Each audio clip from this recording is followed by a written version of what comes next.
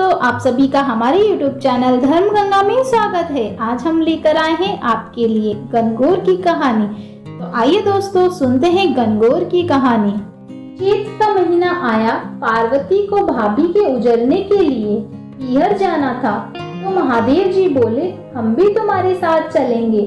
तो ईसर गौरांदे नंदी को साथ लेकर निकले। महादेव जी नंदी पर बैठे और पार्वती जी पैदल चलने लगी। तो लोग कहने लगे, देखो आदमी तो सवारी पर बैठा है और औरत पैदल चल रही है। महादेव जी उतरे, पार्वती को नंदी पर बैठाया। ये देख लोग कहने लगे, देखो औरत सवारी पर बैठी है और पति पैदल चल रहा है। ऐसा सुन पार्वती भी उतर गई। दोनों पैदल चलने लगे, साथ में नंदी भी चलने लगा। अब लोग बोले, देखो वाहन होते हुए भी दोनों पैदल चल रहे हैं। तो ईसर जी गौरांदे दोनों नंदी पर बैठे। लोग बोले, देखो छोटे से जीव पर दोनों जने बैठे हैं। पार्वती जी बोली, भगवान दुनिया कैसी है, नंदी पर बैठने नहीं दे और पैदल चलने नहीं दे। ईसर जी बोले, पार्वती ये संसार है, यहाँ ऐसा ही होता है। आगे गए तो एक गाय उठती बैठती बेचैन हो रही थी। गौरांदे पूछने लगी, भगवान ये गाय कष्ट में क्यों है? तो ईसर जी बोले, इसके बछड़ा होने वाला है। गौरांदे बोली, बच्चे के लिए इतना कष्ट मुझसे सहन नहीं होगा, मेरे गांठ दे दो। ईसर जी बोले, आगे चलो। गाय आगे गए तो घोड़ी उठ बैठ करती हुई दिखी। गौरांदे बोली, इस घोड़ी को क्या कष्ट है? तो ईसर जी बोले, इसके भी बच्चा होने वाला है। गौरांदे बोले, मुझसे इतना कष्ट नहीं सहन होगा, मेरे गांठ दो। ईसर जी बोले, आगे चलो।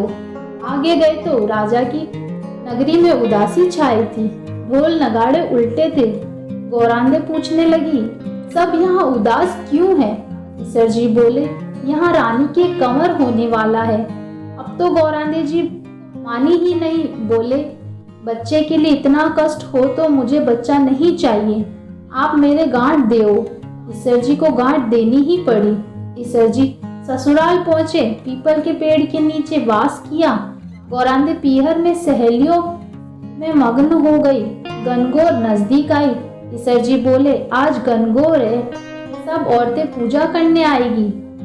सवेरे से ही स्त्रियां पूजा करने आने लगी। गौरांदे जी सभी को सुहाग बांटने लगी। दोपहर के समय बड़ियों की औरतें ओढ़ पहन के 16 श्रृंगार करके पूजा करने गीत गाती हुई आई।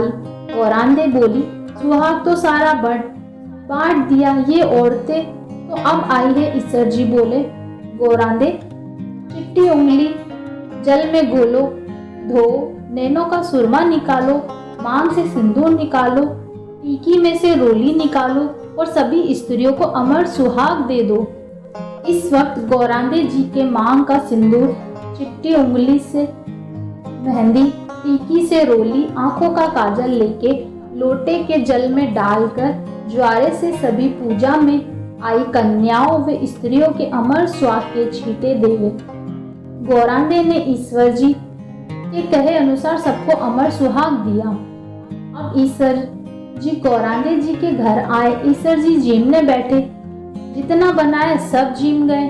अब गौरांदे जी जीमने बैठी तो माँ बोली, बेटी मैं थोड़ा और भोजन बनाती हूँ। तो बेटी बोली, माँ मैं तो बेटी हूँ, कुछ भी खा लूंगी। और गौरांदे जी ने जला बाटिया और बथुए की पीली खाकर लोटा भर पानी पी लिया। माँ ने सीख दी।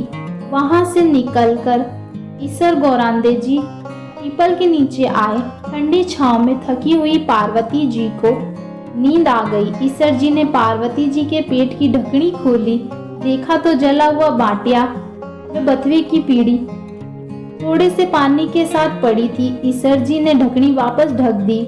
पार्वती जी जागे तो ईसर जी ने पूछा, गौरांदे क्या क्या जीमा? गौरांदे बोली, ईसर जी जो आपने जीमा वो ही हमने जीमा। ईसर जी कहने लगे, पार्वती सच बोलो।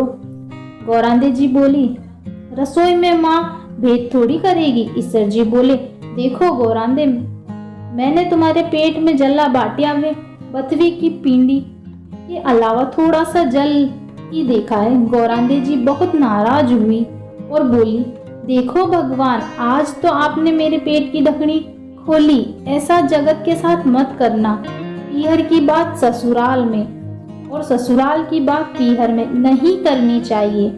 पार्वती इतना बोली और ईसर जी गौरांगी जी वापस कैलाश पर्वत के लिए रवाना हुए। आगे देखा, राजा के यहाँ शहनाइयाँ बज रही है, लोग खुशियाँ मना रहे हैं। रानी बहुत खुश है। गौरांगी जी बोली, कुंवर होने पर इतनी खुशी होती है, आप मेरी गांठ कृपया करके खोल दें। ईसर जी बोले, पार्वती, मैंने पहले ही कहा था मेरी गांठ खोले नहीं खुलेगी। आगे घोड़े के बच्चा हुआ। वे अपने बच्चे को प्यार से चाट रही थी और बहुत प्रसन्न हो रही थी। पार्वती जी बोली, भगवान आप मेरी गांठ खोलो। महादेव जी बोले, ये गांठ नहीं खुलेगी।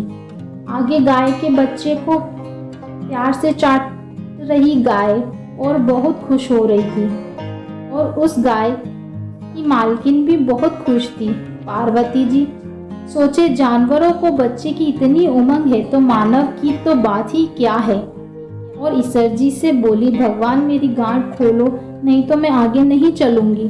और ईसर जी बोले, अब कुछ नहीं हो सकता। थोड़े दिन बीते। पार्वती जी ने अपने मेल का पिंड बनाया और उसमें प्राण फूके। उस बालक को रखवाली के लिए रख पार्वती जी स्नान करने गई। भगवान आए। बालक उनको अंदर नहीं जाने दिए रहे थे तो भगवान ने पूछा कि तुम कौन हो। बालक बोला, मैं पार्वती पुत्र हूँ। भगवान सोचे, ये पुत्र कहाँ से आया। त्रिशूल से उस बालक का गला काट दिया। माँ पार्वती आई, देखा और बोली, भगवान मेरे पुत्र को वापस जीवित करो। तो शिवजी ने गणों को भेजा कि जो कोई स्त्री अपने पुत्र से विमुख होकर पीठ देकर सो रही हो, उसी बच्चे का सिर काट कर ले आओ। सभी गण जगह जगह घूमते जंगल में पहुंचे, जहां एक हथिनी अपने बच्चे से विमुख होकर सो रही थी। गण उसका सिर काट लाए। भगवान ने उस सिर को बालक के शरीर पर जोड़ दिया और अमृत का छींटा दिया और बोले, दुनिया में सबसे पहले गौरी पुत्र गणेश जी की पूजा होगी, बाद में दूसरे देवताओं की। खोटी की खरी, अधूरी की पूरी। हे गणगौर माता, हम सबको अमर सुहाग देना। बोलो गणगौर माता की जय। दोस्तों, अगर वीडियो अच्छी लगी हो तो हमारे चैनल को लाइक, शेयर और सब्सक्राइब करना ना भूलें। धन्यवाद।